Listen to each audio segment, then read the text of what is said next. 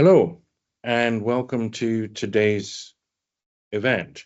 Good evening to everyone joining from Asia. Good afternoon here in Europe and the UK. And good morning to anyone joining from North America or elsewhere in the Western Hemisphere. Today, we're very happy to welcome Dr. Alexander Arifianto, who is Senior Fellow and Director of the Indonesia Programme in the Institute of Defense and Strategic Studies in the Rajaratnam School of International Studies at Nanyang University in Singapore. He's going to talk to us a bit about the foreign policy agendas and possibilities of the incoming presidential administration in Indonesia under the president-elect Prabowo Subianto that's about to take office in about 10 days' time, just under 10 days' time. And the title of his talk is Towards a Great Indonesia Nation, Indonesian Foreign Policy under Prabowo Subianto. And with that, I hand the floor over to Dr. Arifianto. Thank you very much, Bill. It is an honor for me to speak at this webinar today, hosted by the Center for Geopolitics. I'm feeling very honored to share my insight on the incoming Prabowo Subianto administration foreign policy. So let me just take a moment to share my screen. Okay, here we go. So basically, before I go further, let me just give a very quick rundown on Indonesia, as for those of you who may not follow the development in the country lately. So well, Indonesia is important geopolitically today because first and foremost, it is the fourth most populous country in the world with 280 million population. It is very diverse with more than 300 different ethnic groups and multi-religious as well. But more importantly, those of us who are political scientists, they think Indonesia is important for the world because officially it is the third largest democracy in the world. And for those of you who are interested in studying the development of political Islam, it is the largest Muslim majority democracy, one of the very few Muslim majority nations in the world that has consolidated itself democratically. Of course, a lot of people are saying that Indonesia might be backsliding quite a bit in the current administration. But this is still something that many Indonesians are feeling proud of, being the largest Muslim majority democracy in the world. So, but more importantly, and that's more significant today, is that it is currently the seventh largest world economy if one measured it through GDP.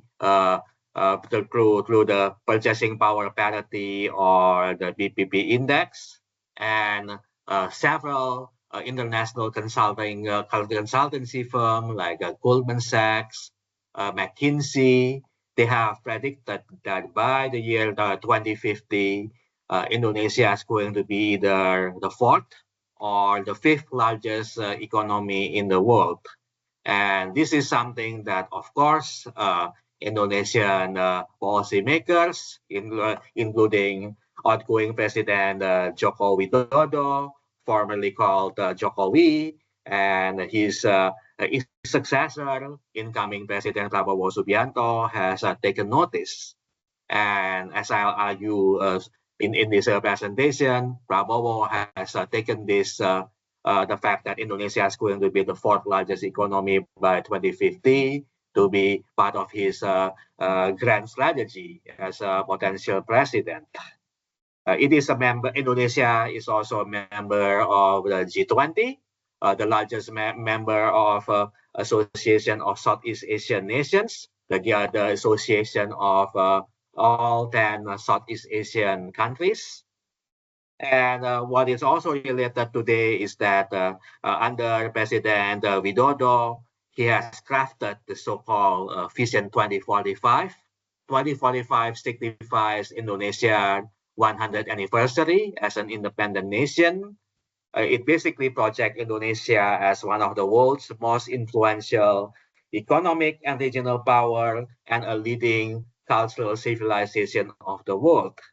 But as I will present to you shortly, Prabowo Subianto has a much bolder, some would say, grandeur agenda to project his nation as to prepare itself for the year 2045, which is in the Indonesian government grand plan going to be a very significant for the countries politically and economically.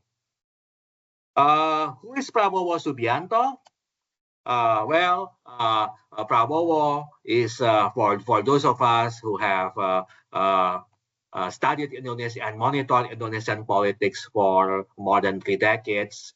He's one of Indonesia's leading politicians, and he comes from a family of both Indonesia's political elite, the Joyo Hadikusumo family, which has played major roles in Indonesian politics for nearly two centuries, basically from the time in the middle of Indonesian colonization under the Dutch in the 19th century. Prabowo's familial predecessor, Prince Diponegoro, staged a rebellion in the Mataram Sultanate in Java, and basically Prabowo's family was involved in that rebellion as well, and that's why they claim that our family has played major role in every key event in Indonesian history today, and that's why Prabowo deserves to rule. So in terms of Prabowo during the regime of General Suharto, Indonesia's second president, and also the country's famous authoritarian leader. He was a military officer, raised to the rank of lieutenant general. Many people, many analysts thought that Prabowo would be one of the heir apparent to Suharto during the 1990s. But at the same time, he is also somebody who's infamously had a lot of dark past due to allegations of human rights violation in many Indonesian former as well as current territories, former territories of East Timor, now becomes Timor-Leste, as well as in Papua, chiefly. He's also allegedly kidnapped a couple of Indonesia's pro-democracy movement at the twilight of his father-in-law reign in 1998. Several of these disappeared activists have never been found, so they have presumably been killed. And so far, he has denied any responsibilities that he has. He might have been involved in their disappearances. So basically, after 1998, after Suharto was removed from power during the 1998 Reformasi movement, Prabowo was stripped, was fired from the Indonesian military, and then he went into self-imposed exile in Jordan for about 3.5 years. He returned to Indonesia in 2004 and decided to form a new political party called the Gerindra Party by 2009. And Gerindra basically became Prabowo's political vehicle that he uses ever since. Prabowo ran 4 times as an Indonesian president, briefly in 2009, then more successfully in 2014 and 2019 when he challenged the now President Jokowi. And both times, even though both times the races are very close, Jokowi managed to beat him. But due to circumstances that I can elaborate later during the Q&A period, Jokowi decided to endorse Prabowo to be his successor in the 2024 presidential election. Due to Jokowi's high popularity, Prabowo was able to win the election very easily, and then he was finally elected president as or formally on February 15th, 2024, by a margin of nearly 59%. Even though his two presidential opponents tried to challenge it in court, they were unsuccessful. So by now, Prabowo has successfully consolidated his power with all but one major political parties have lined up to be part of Prabowo's political coalition. So he will start his presidency with a very strong backing in the Indonesian parliament, supported by all but one major political party. What are Prabowo's persona and characteristic as a leader? Prabowo is unique among among the line of Indonesian presidents. He's the 8th president of Indonesia, but he's the first person of these 8 presidents who grew up largely outside of Indonesia, because his father, Sumitro, a former finance minister, due to political fallout with Sukarno, Indonesia's founding president in the 1950s, were exiled for nearly a decade. And Prabowo went along with the rest of his family. He grew up firstly in Singapore and Malaysia, and then eventually the family moved to Switzerland and a number of other European nations. So he has this international, very cosmopolitan upbringing. His English is very fluent. He has a near native fluency of English. So because of this international experience, many analysts say that Prabowo has a better understanding of contemporary global politics, global history, and how the international order works today. He has more awareness of all of this than any Indonesian president since Sukarno, Indonesia's founding president, which is Prabowo's the number one person Prabowo wishes to emulate. But having said that, he also has a very strong nationalist view, and he wants to make he wants to make Indonesia as a great nation.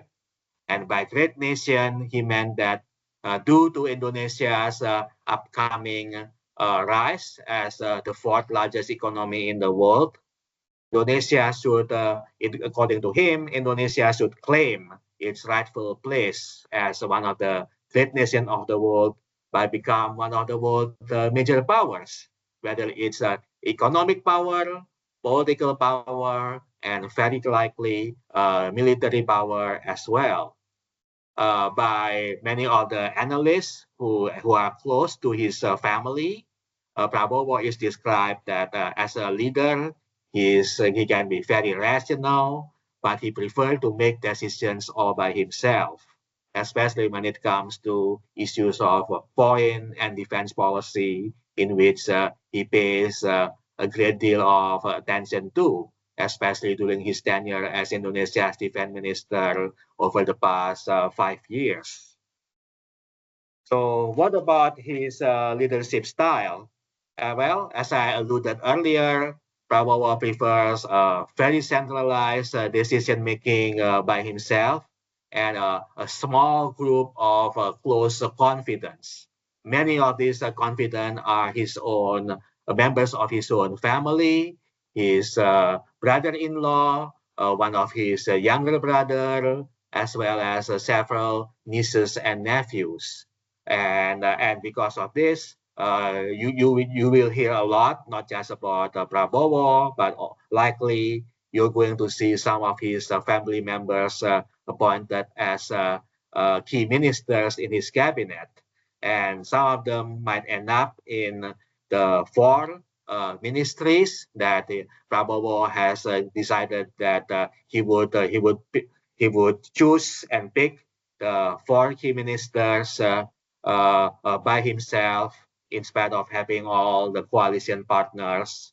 The four ministers that he's going to pick himself are defense minister, finance, foreign affairs, and home affairs. And one can also say that with regard to foreign policy, Prabowo sees himself because of his international background, his cosmopolitan, his awareness about global geopolitics, and his knowledge of many of the world former as well as current world leaders.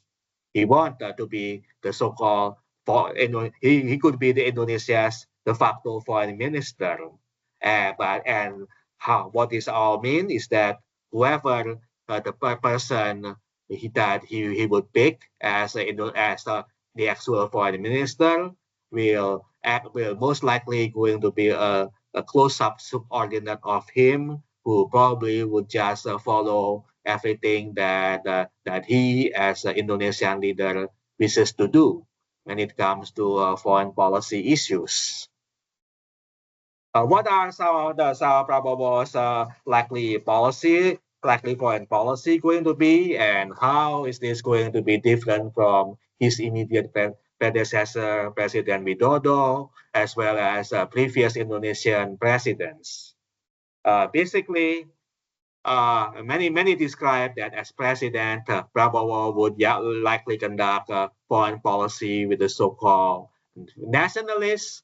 By nationalist meant that he would put what he perceived as Indonesian economic and political interests first, above that of other considerations. But at the same time, he would present all these nationalist position in an internationalist worldview, because he sees himself as a spokesperson for his nation who can speak on behalf of Indonesia to other world leaders, especially other great powers like the United States and China. And accordingly, Prabowo would say Indonesia will promote Indonesia as a great nation. He sees Indonesia as a rising power, given to the projection that it would be the fourth largest economy in the world by 2045. So he would, I think, he will try to basically raises Indonesia's influence in the global stage, whether it's economic, political, as well as on security issues as well. Previous Indonesian presidents, especially President Widodo, they prefer like a low-key approach to foreign policy, which means that many analysts say Indonesia often punches below its weight in terms of its potential economic and political influence. But under Prabowo, I think we can almost certainly say certainly going to see Indonesia is not just going to punch below its weight, but he's going to put Indonesia at the center stage of many of world global issues. Because of the perception that I've told you that they told all of you earlier regarding his alleged human rights record, from a couple of Indonesian analysts I spoke with, basically thought that as president, he's going to try to erase some of his dark past by building legacy as a global peacemaker. He has ambition for Indonesia as a major mediating nation in conflict hotspot like Ukraine, Palestine, Myanmar, and so forth. And we already see Prabowo's intervention in Ukraine 1.5 years ago when he spoke without notes from at Shangri-La Dialogue out of the blue that he has a peace plan for Ukraine, which at the time the peace plan was rejected because many Ukrainians consider Prabowo's peace plan to be tilting toward Russia. But there is no doubt that once he assumed office, he might try to offer a similar peace plan again, albeit with some modifications that we would have to see later. You also have expressed interest in solving the Palestinian conflict. With regard to Myanmar, Prabowo doesn't say much about the Myanmar issue yet, but given Indonesia's status as the largest ASEAN nation and considered to be ASEAN's leader as well, I think at some point Prabowo would be asked to try to come up with a plan to try to resolve the ongoing Myanmar conflict as well.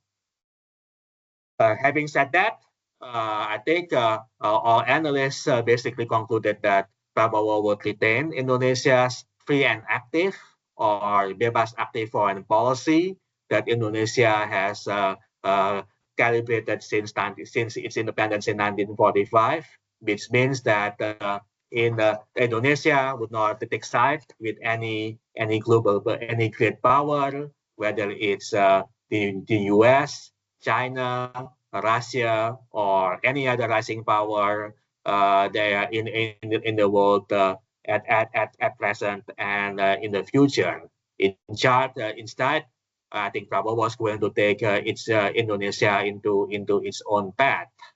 Remember that, but at the same time would open Indonesia into economic relationship, especially due to the projection that Indonesia is going to become for the fourth largest economy. Indonesia wanted to welcome major investment in high-tech, critical mineral industries, AI, information technologies, and so forth.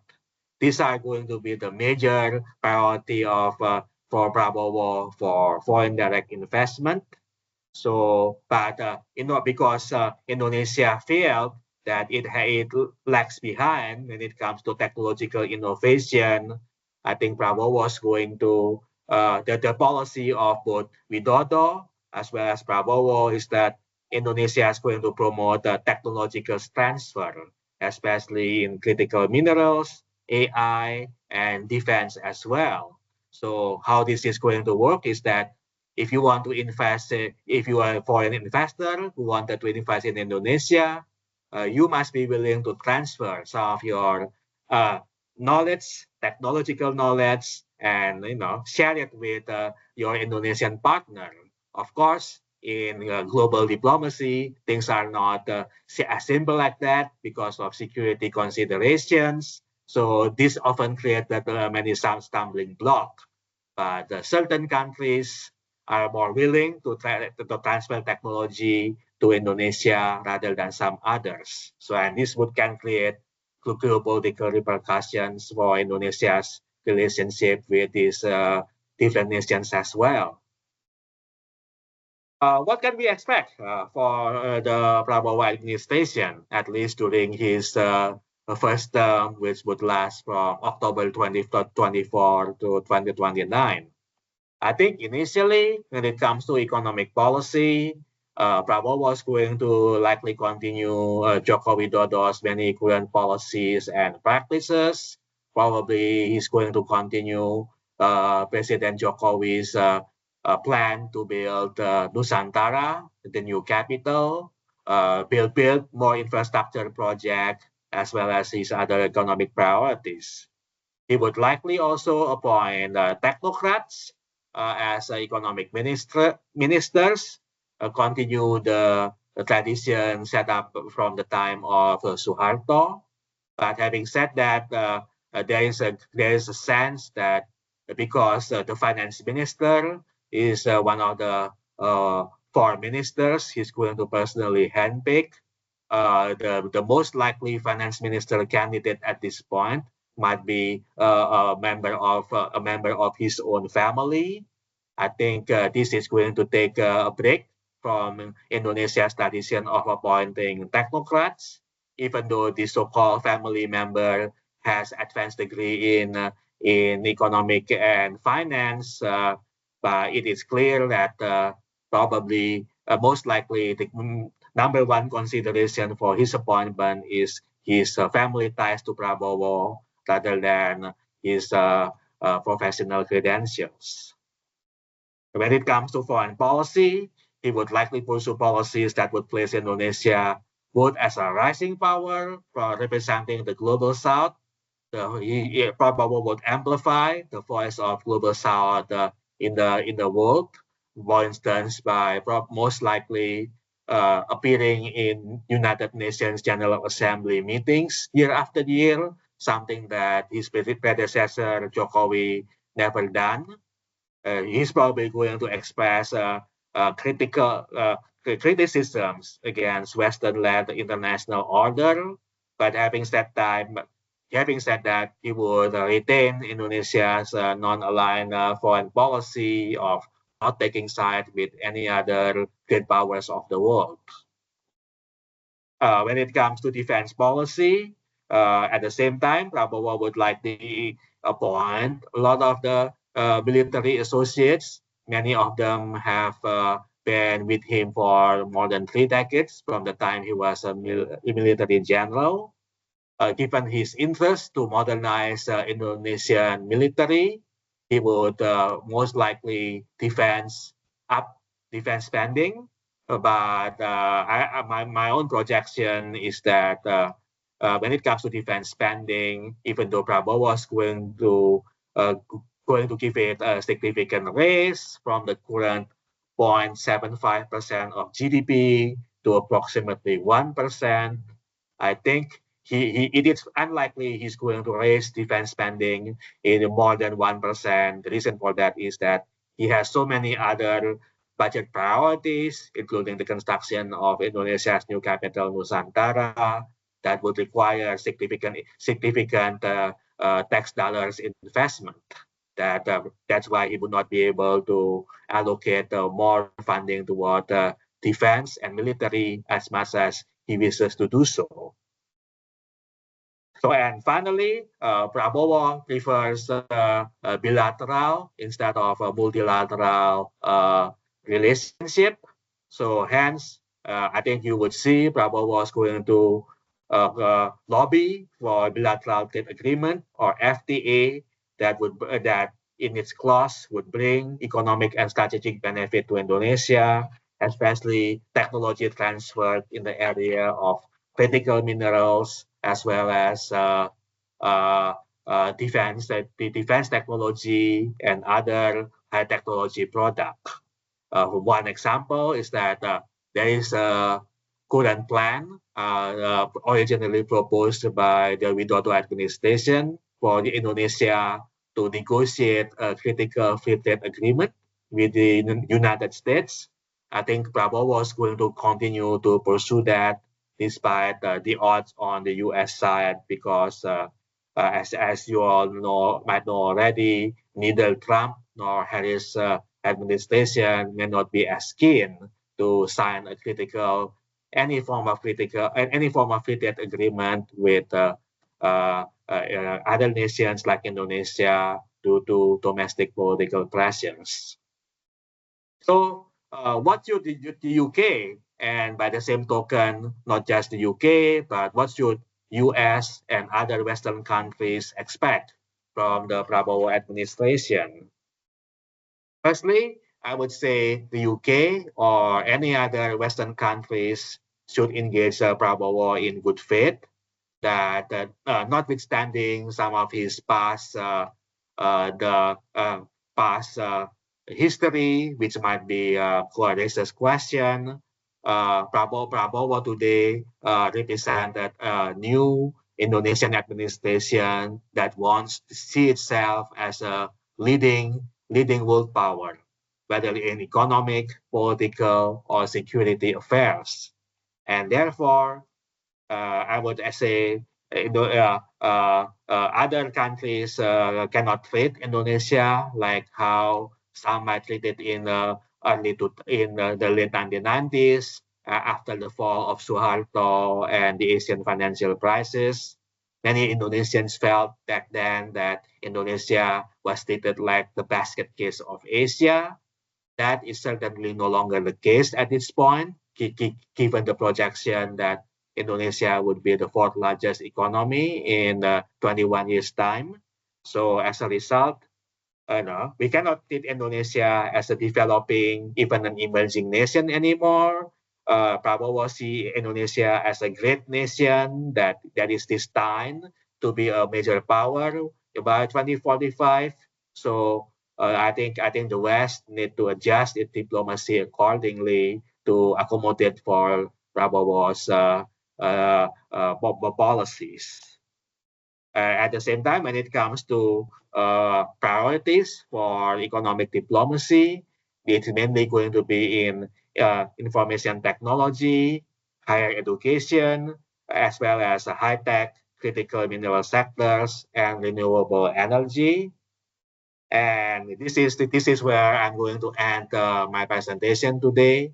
The rise of Indonesia and the rise of Prabowo is part of the reality that we live in a multipolar world where nations that were developing nations 30, 25, 20 years ago are increasingly becoming wealthy and increasingly become a global player, both in economic as well as in political and security terms.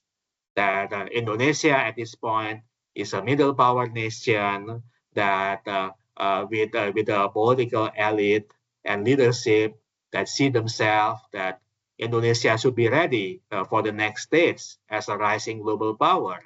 Indonesia should be one of the leading power in the Indo-Pacific region.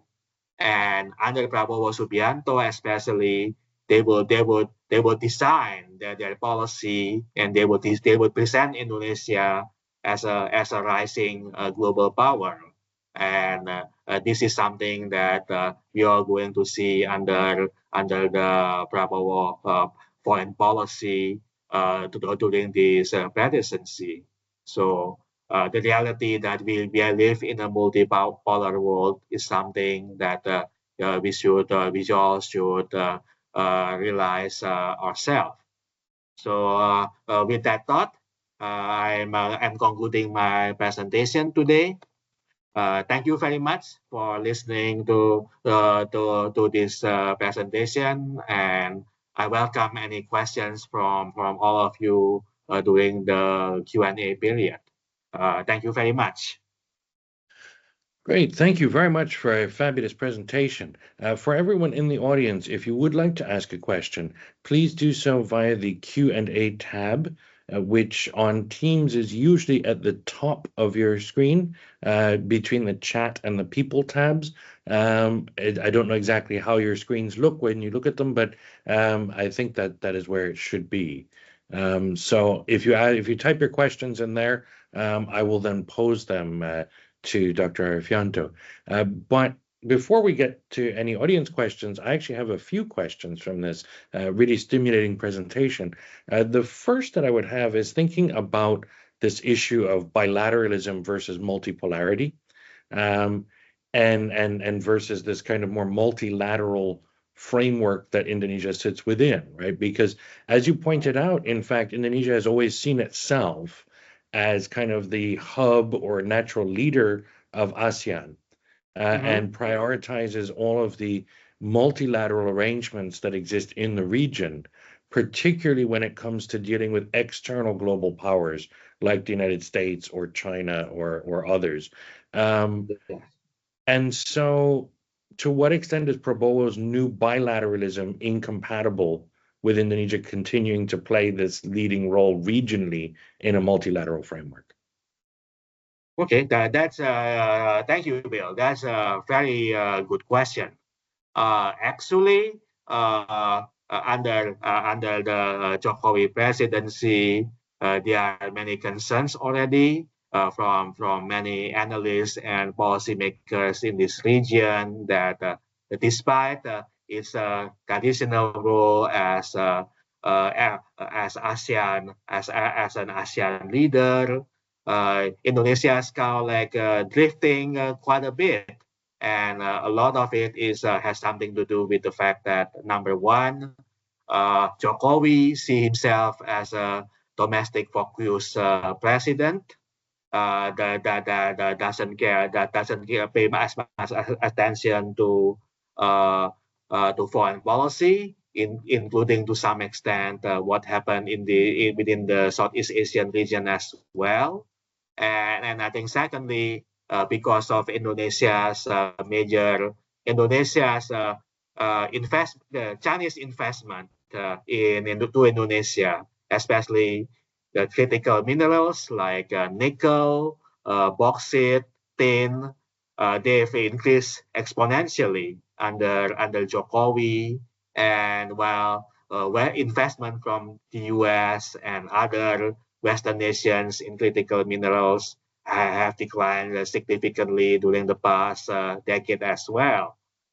Well, what it is to do with Prabowo is that I think Prabowo is I mean he could play some regional and multilateral roles to some extent. But in my view, he would only do so if he believed doing so would be in Indonesia's best interest. So I think Prabowo was going to I think for the most part when it comes to say economic relations with China, Prabowo was going to retain the status quo. But having said that, if he sees Indonesia, if he sees China to be a bit more aggressive, especially toward Indonesia and perhaps its other Southeast Asian neighbors, Prabowo might be more inclined than his predecessor to take a more assertive action. So, because of his military background as well as uh, his outlook of the world that see Indonesia's sovereignty to be his number one priority. So how does it to do with the leadership of ASEAN? I think it would largely be done by case basis. There will be opportunities, for instance, because of his desire to be like a global peacemaker. Prabowo might be more inclined to try to develop a peace plan for Myanmar in a similar way that he developed a peace plan for Ukraine a year and a half ago. But of course, the question is whether it's going to be a bilateral or multilateral diplomacy. And I think this is something that I think other Southeast Asian nations should try to remind him that the multilateral approach through ASEAN is a better approach rather than trying to engage in Myanmar or any other diplomatic matters on his own. So I think this is something that is going to be a learning curve for the international community during the first year of Prabowo's presidency. Great. Thank you very much. That's actually a very nice segue into another question I was going to ask you, and we've also now got one on the floor from someone in the audience. So let me pose both of those. So the question I was about to ask you before, and to which this provides a good segue, is what about this investment, particularly from state-owned or state-linked firms in China into critical minerals, notably nickel, but also others, as you mentioned, bauxite and other things. There has been talk around technology transfer and actually some arguments about technology transfer for smelting and battery manufacture and other things. In fact, a lot of these minerals are not being used even in China for the highest value added or highest technology or most capital intensive kind of production. For example, a lot of the nickel is in fact being used to make stainless steel and relatively lower value added, lower tech things. And there are negative as well as positive implications for labor politics in Indonesia, environmental protection in Indonesia, Right. et cetera, et cetera.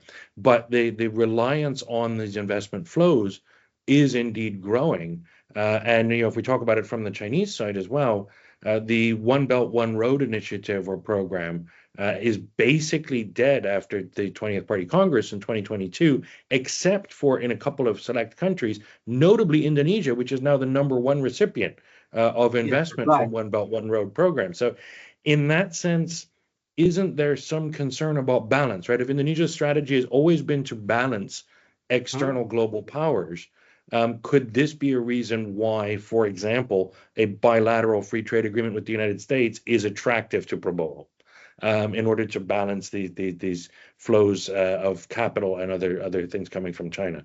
Then the question from the audience asks, based on your description of Prabowo's character, what are the potential implications for ASEAN?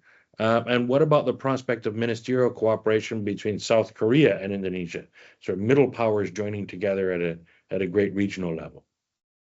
Okay. Thank you. These are all very interesting questions. I think firstly to answer your questions, I think yes, under Jokowi, China's FDI in critical minerals have grown exponentially, and I think a lot of it has to do the investment part is a big deal, but beyond that, it is also the promise of the Chinese government as well as Chinese business partners that if Indonesia agrees to sell its nickel to all these state-owned companies, these are going to be made into high value-added product that is going to be in accordance to President Jokowi's plan to basically downstream or create value-added export from mineral products. But I think based from what some of the analysts that I spoke with in Jakarta recently, I think there is some disappointment that they realize that instead of being turned into a finished product, the Chinese turn nickel, bauxite, and other minerals that it exported from Indonesia in a relatively cheap price. They just turn it into intermediate product like stainless steel, like what you've mentioned. And I think increasingly, according to my colleagues, Indonesian policymakers realize that they may not be getting the best deal from China. That's why I think this motivate Jokowi towards the end of his presidency to seek critical mineral FTA with the United States. But even though the U.S. Initially was quite responding positively toward it, there are many stumbling blocks into eventual successful negotiation and notification. I think among them is the concern about labor conditions in Indonesia, the environment, because there has been incidents where Chinese nickel companies caught dumping their toxic waste into rivers in Sulawesi. there's a labor dispute in one of the major plants, major nickel plants in Sulawesi, and that's highlight the concerns from American policymakers. But I think even though yes, these are very valid and concern that should be addressed.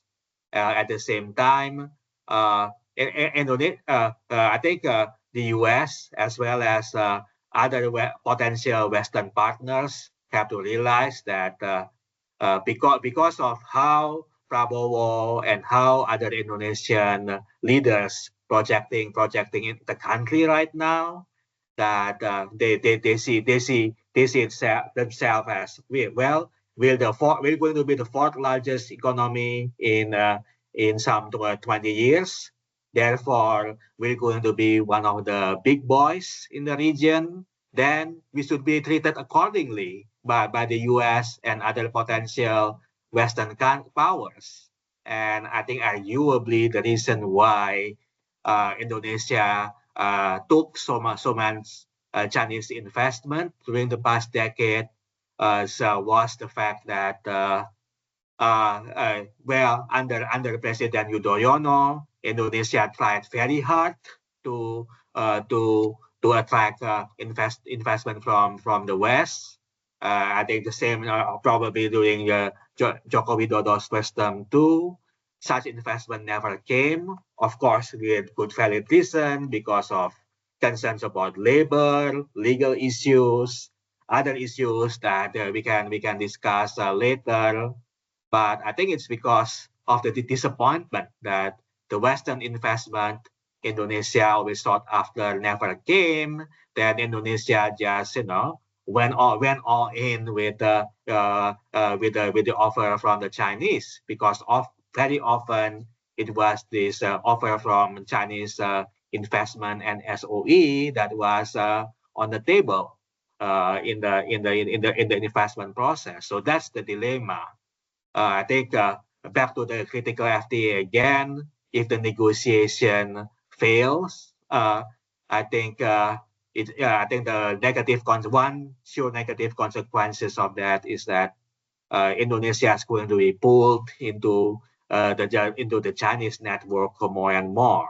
So this is something that the U.S. as a nation that definitely doesn't want to see that happening, because the U.S.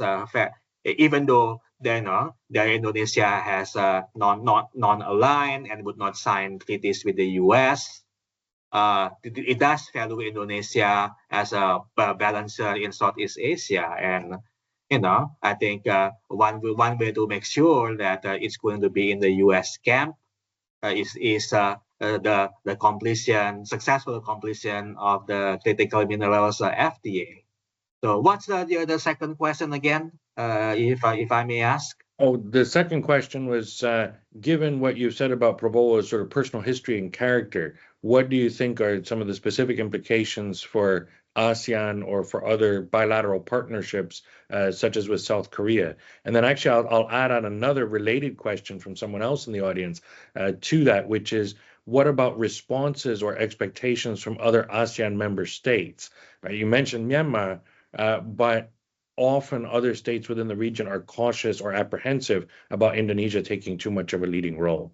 So sort of ASEAN and Prabowo, a couple of questions. Okay. Thank you for that. I think if you follow the news within the past month, Prabowo has visited. Has conducted visit to 9 out of 10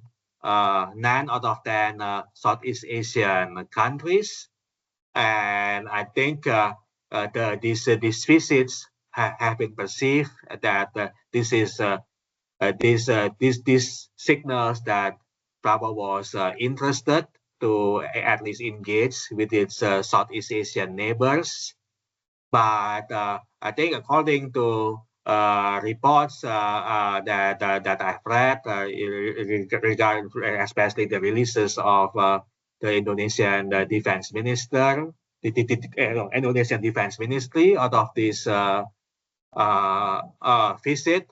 Most of the meetings with nine Southeast Asian leaders basically focuses on various bilateral issues. Like just one example, Vietnam is how to prevent illegal fishing from Vietnamese boat. And I think the one question mark when one read like the summary of the discussion between Prabowo and his leader is that so far there hasn't been much said about ASEAN and ASEAN related issues. I hope this is something that I think that might be something that Prabowo would say more once he assumes the presidency. But I think having said that, I think Southeast Asian neighbors here have to realize that even though Indonesia's interests in many ways might be aligned to the interests of its Southeast Asian neighbors, Indonesia also have bigger plans, like what I've described in my presentation, that it sees itself as a potentially major power in the at least in the Indo-Pacific region. That I think it would require some balancing and some thinking from the regional leaders.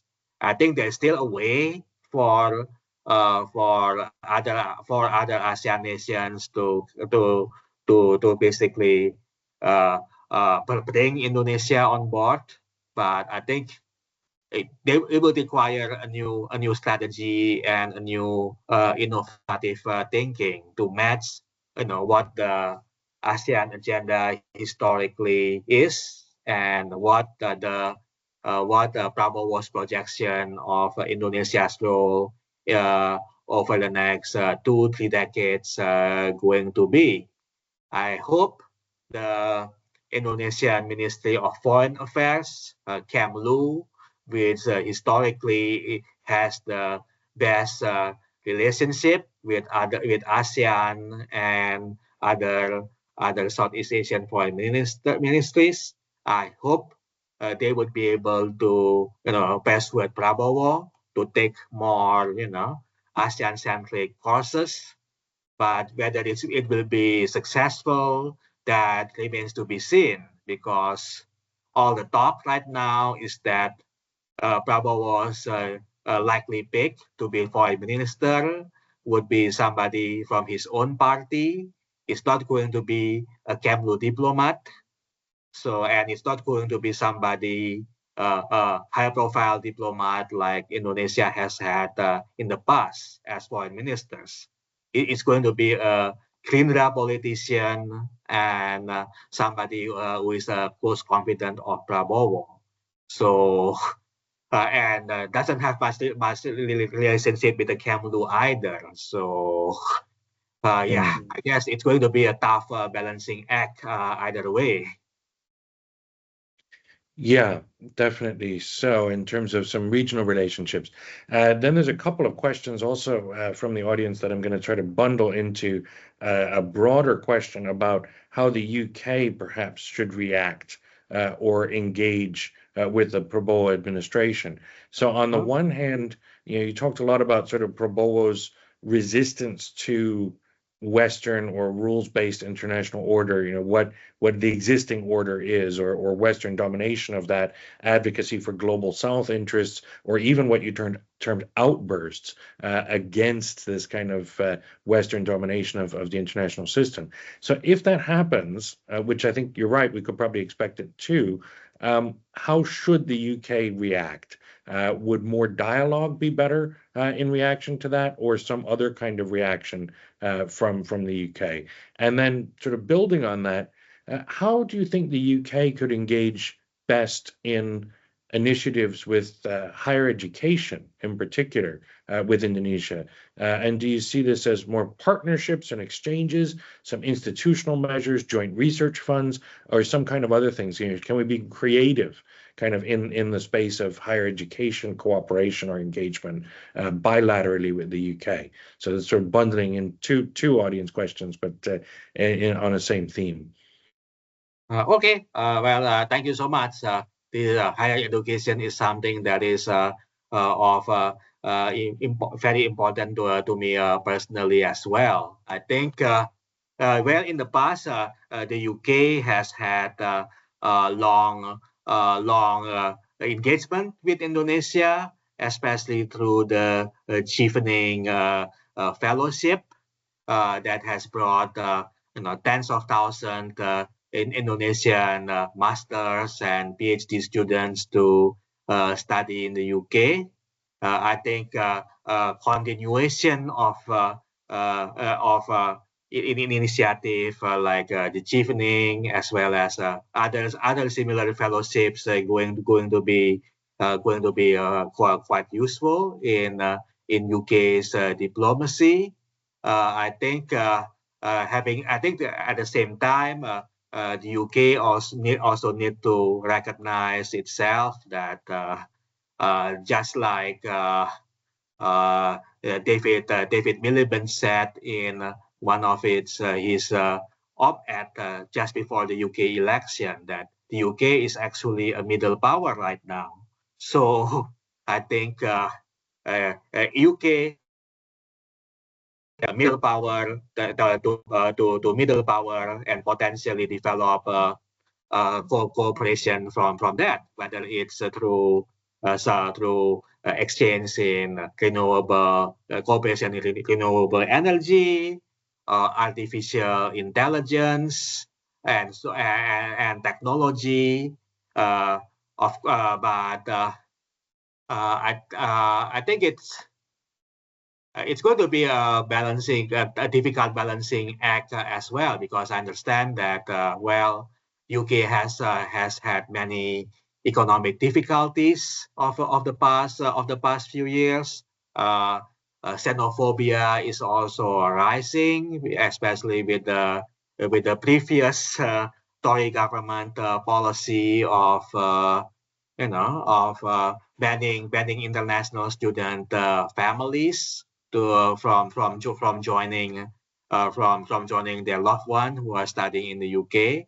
That is very counterproductive. I understand that the number of That policy has been Indonesian retained, by the way, by the current Labour government. They have not made any move to rescind that policy that I'm aware of. Oh wow, that's So it's not only the past government. that's less encouraging. But I understand that the number of new graduate students from Indonesia fell like more than 90% from the time from the year before the policy was announced to the year after. So that policy was very devastating. So yeah, I think I know that the problem is the UK wants to have engaged in more dialogue with Indonesia and other Southeast Indo-Pacific nations, and I think the motivation from UK policymakers are sincere, but the problem is I think resources, which obviously are not there. And it seems if I follow the BBC, it's probably not going to be there anytime soon, with all this new budget plan from the Starmer government.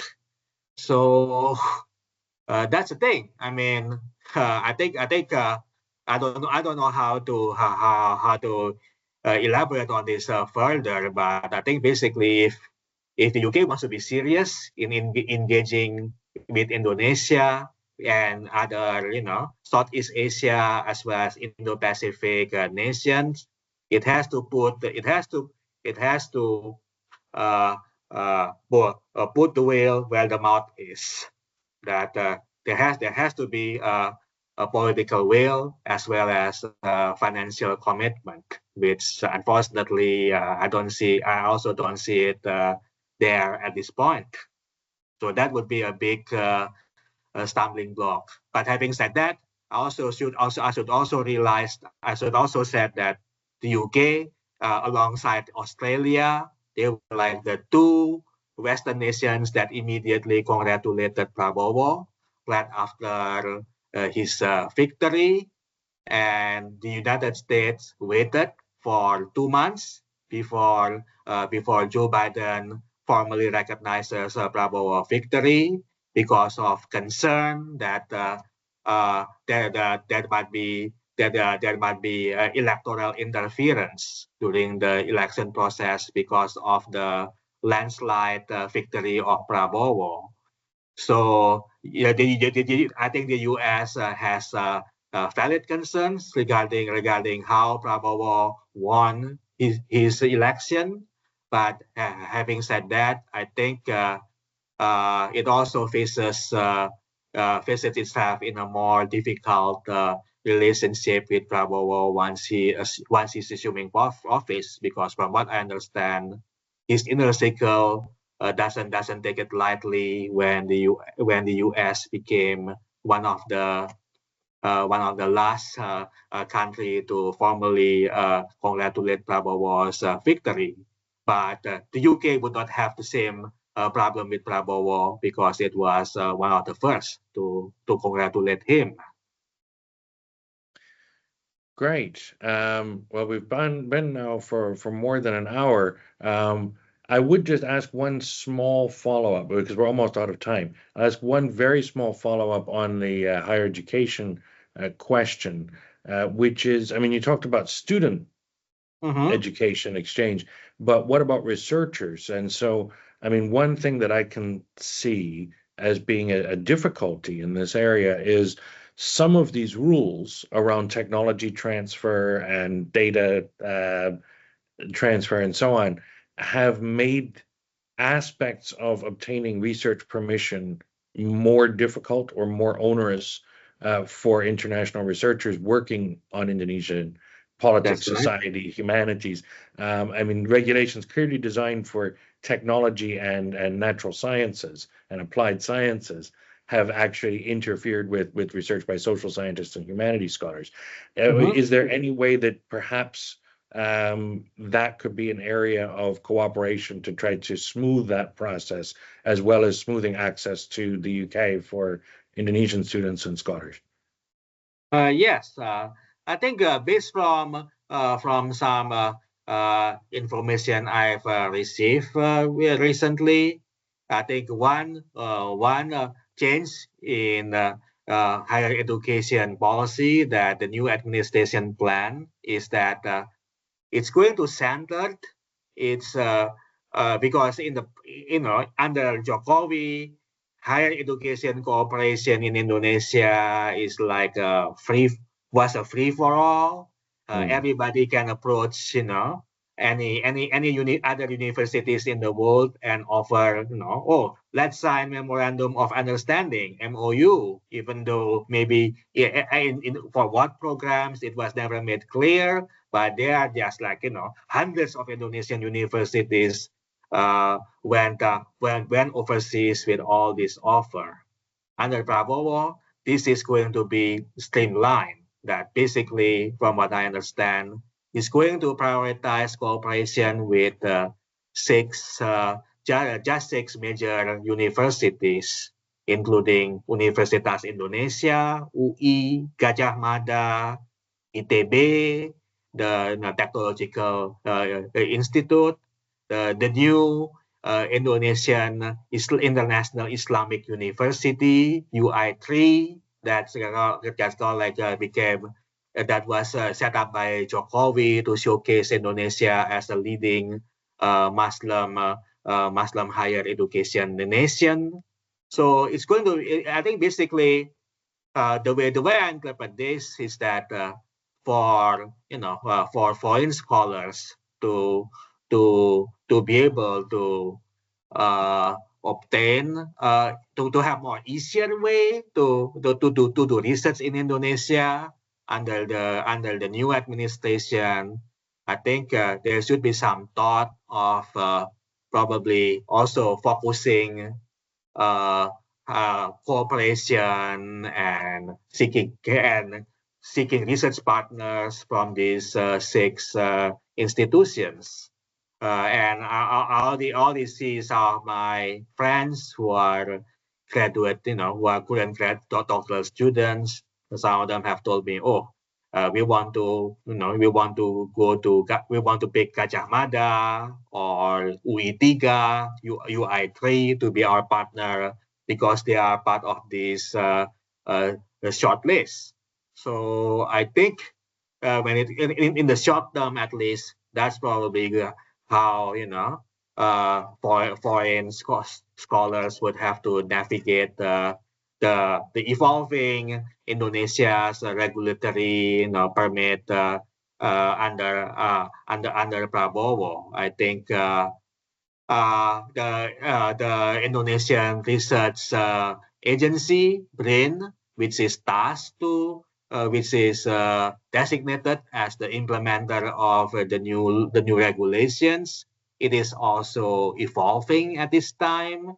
Yeah, so and there is a chance that BRIN power might be taken away from it more. So its autonomy is going to further decline under Prabowo. Where I think there's a lot of uncertainties around here on this area as well. So I guess we just have to wait until we find out the cabinet appointment, who will be the Minister of Higher Education and Research, RISTEC, who will be the new BRIN chairperson. I think once those are announced, and then there is a policy statement on how the new administration is going to implement the 2019 law on research permit. I think all of this will be clearer in like a year or two. But yeah, admittedly, until then, there's going to be a lot of uncertainties. So probably for the short-term solution for any international scholars who wanted to do research in Indonesia in the next year or so is partner with these 6 universities for legal certainty.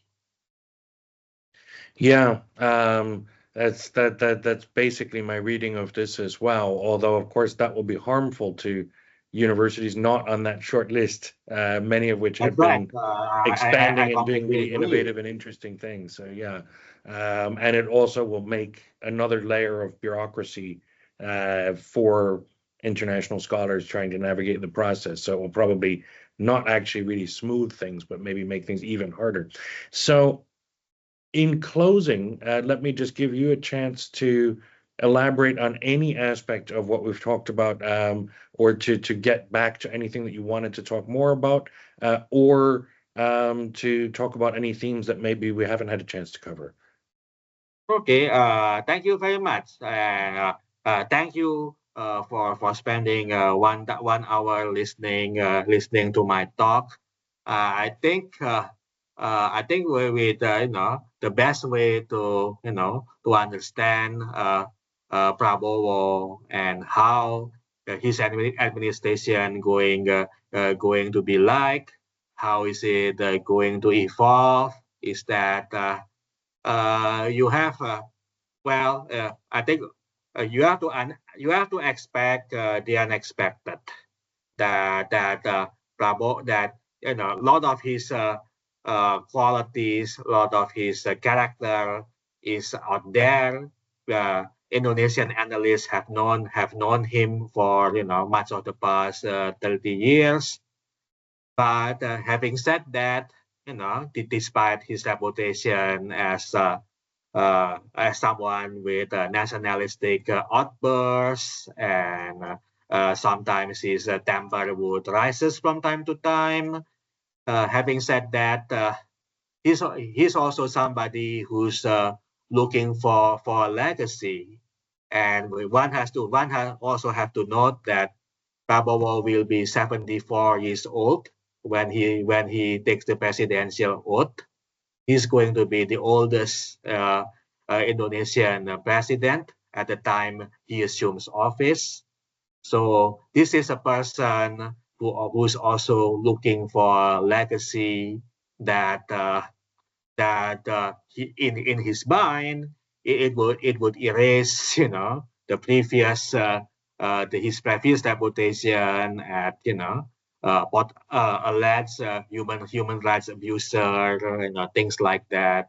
That's why I think there are many analysts who believe that he's going to spend the next 5 or 10 years to be a global peacemaker, trying to resolve conflict in Ukraine, Palestine, or what have you. It is part of him looking to for a legacy that he would be it would be marked on his tombstone once he passed away, that he definitely doesn't want to be remembered as somebody with all the dark past that he allegedly had. So I think this is something that I think for Western diplomats, this is something that they might also seize on as a potential opportunity to have dialogue and have negotiation with Prabowo.